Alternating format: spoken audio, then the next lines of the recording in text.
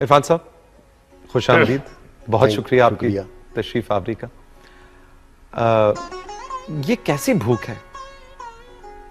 باقی بھوکوں سے اس کو میں جدا اس طرح سمجھتا ہوں کہ پیٹ کی بھوک تو روٹی کھائی ایک وقت آتا ہے، 2 کھا لی، 3 چوتھی کے بعد آپ کہتے ہیں بھائی اب بس. ترقی ڈسکور کرنے کو بھی ایک لیول آتا ہے. یہ روح کی بھوک ایسی ہے، اس کو جتنا اس کی تشفی کرتے چلے جاؤ یہ بڑھتی جاتی ہے. چکر کیا ہے؟ ایک بہت بنیادی بات جو آپ نے یہ کہی، اس کو بھوک سے تشبیہ دی، یہ بہت ہی سارا مسئلہ اس میں سمجھ میں آ جاتا ہے. ہمارا اصل اللہ کی طرف پلٹنا ہے، اللہ سے ملنا ہے، اس کو چاہنا ہے، اس کو دیکھنا ہے، اس کی آرزو ہے. یہ وہی بھوک ہے جو ہمیں ہر وقت اس پہ رخصاتی ہے کہ اپنے رب سے کسی طریقے سے آشنا ہو جاؤ، اس کی معرفت حاصل کر لیں.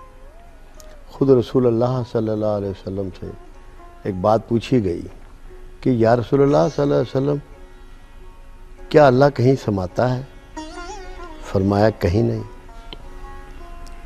یا رسول اللہ کہیں تو سماتا ہوگا. آپ نے فرمایا اللہ سماتا ہے دل مومن میں.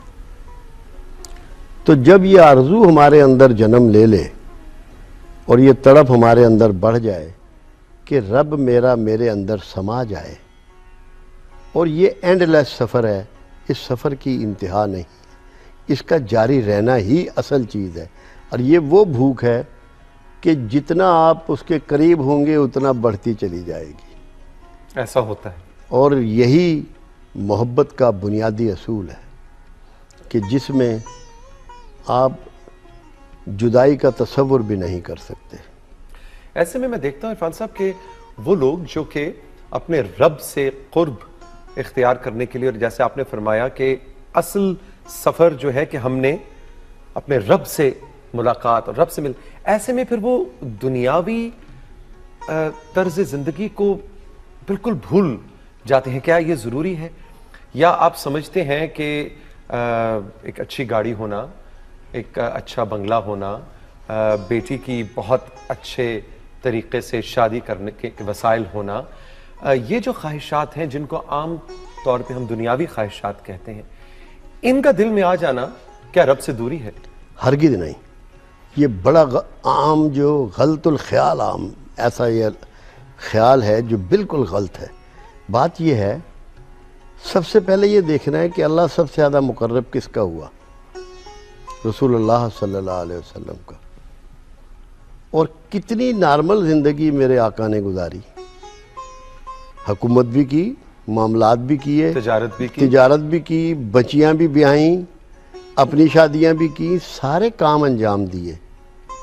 ایک شخص نے ایک بار پوچھا کہ یا رسول اللہ صلی اللہ علیہ وسلم، یہ جو ہم بڑھیا کپڑے پہنتے ہیں، بڑھیا جوتے پہنتے ہیں، بڑھیا گھوڑا یا اونٹ استعمال کرتے ہیں، بڑھیا گھر میں رہتے ہیں، کیا یہ گناہ ہے؟ کیا یہ برا ہے؟ آپ نے فرمایا ہرگز نہیں، اس پر فخر کرنا برا ہے. تو برائی فخر کرنا ہے، نہ کہ ان چیزوں کا استعمال کرنا. ان کا استعمال آپ کو نہ اللہ سے دور کرتا ہے. اس کی وجہ یہ ہے، جو ان چیزوں کو ترک کرتا ہے وہ بنیادی طور پہ اللہ کے سسٹم کی نفی کرتا ہے.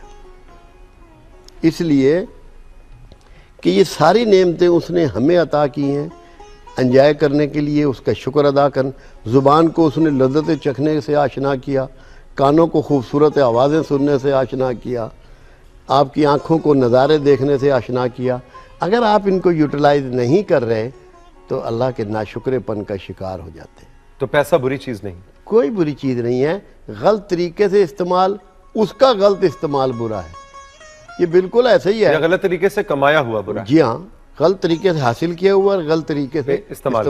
یہ بالکل ایسا ہی ہے کہ چھری سے آپ کسی کا پیٹ پھاڑ دیں یا خربوزہ کاٹ لیں. یوٹیلائزیشن جو ہے نا اس کی، وہ آپ کو اللہ سے دور کرتی ہے. اور آپ دیکھیں کہ رسول اللہ صلی اللہ علیہ وسلم نے کتنی عمومی زندگی گزاری ہے. بالکل ایک عام معاشرے میں عام فرد کی طرح زندگی گزاری. کیوں گزاری؟ کیونکہ قرآن یہ کہتا ہے کہ اس کی پیروی کرو. تاکہ لوگ اس کی پیروی کر کے بہترین طریقے سے زندہ رہیں اور معاشرے کو خوبصورت بنائیں۔